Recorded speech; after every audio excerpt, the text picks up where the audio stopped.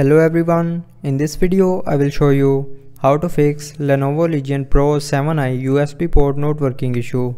So before starting the video, don't forget to subscribe the channel and also press the bell icon. So to fix this issue, follow every single step as I am showing you in this video.